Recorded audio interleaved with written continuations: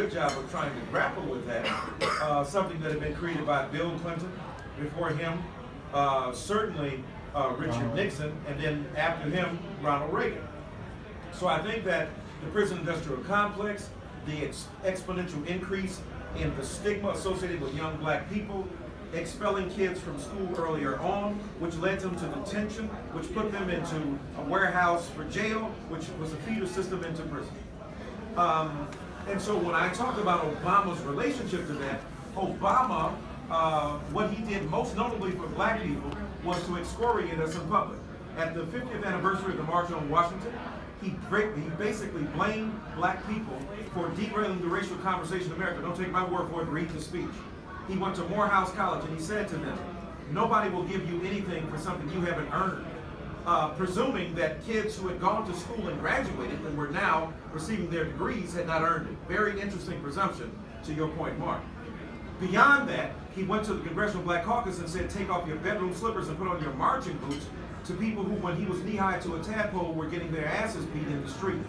So then he went on to talk about Pookie and feeding chicken to your kids and so on. I'm saying that Obama operated with a jumble of stereotypes that had he been a white man, he would have been called on so seriously. This is why Jesse Jackson unforgettably and lamentably said he wanted to sever his package, so to speak. But the reason he said that, he said he's talking down to black people. What he meant was when Obama went to the black church and then began to excoriate black men, is it Rebecca Page? Rebecca Levine Coley, I think, who was a professor here at Boston College, did a study, several studies, suggesting that non-residential black fathers spend more time with their children than any other ethnic group in America of men. So Obama was not only empirically wrong and scientifically distorted, he was perpetuating a legacy of stereotype that he was, again, not called on. When he went to Africa, look at what he did. And all this I'm going to tie back into criminal justice reform. When he went to Turkey after he got elected, oh my God, I'm so sorry for what America's done, what we have done to Islam and so on. The Republicans said he's doing an apology tour.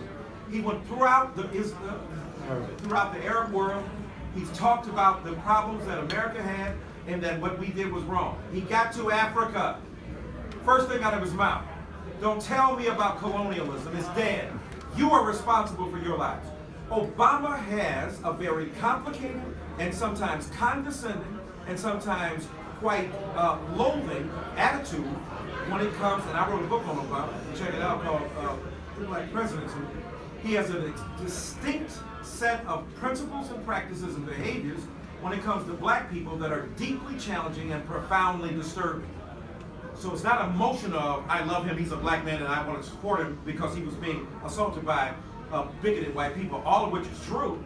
But it also means that what he might have done was take it easier on black people in light of the fact that he knew he was catching hell and he was the most powerful black man in the world. And if they're doing that to you, what do you think they're doing to the rest of black people in this country, in America? So I say all that to say his resistance to embracing issues that were specifically African American or black is an index of that discomfort that he had personally.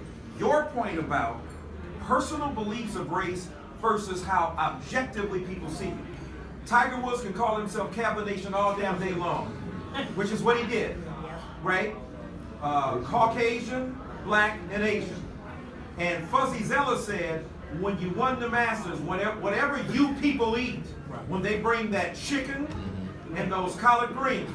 So the point is, you can have an existential interior assessment of who you are that is deeply subjective, but there's an objective condition of assigning value to your racial belief.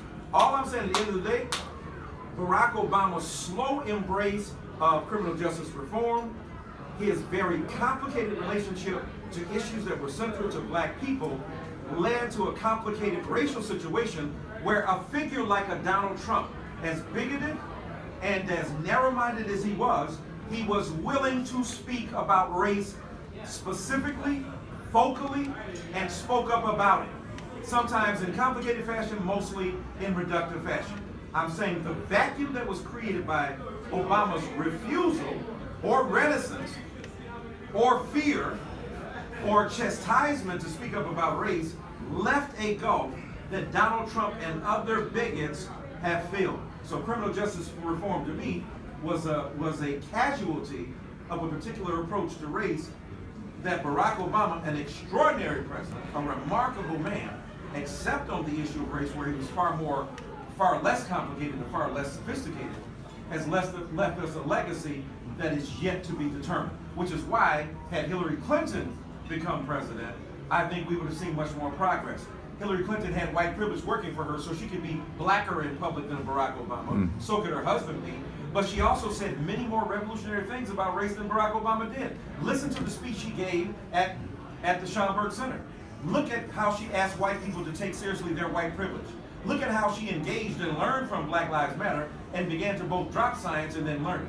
So I'm saying, when I put all that together, it seems to me that the legacy of criminal justice reform is far more potentially hampered than it might otherwise have been.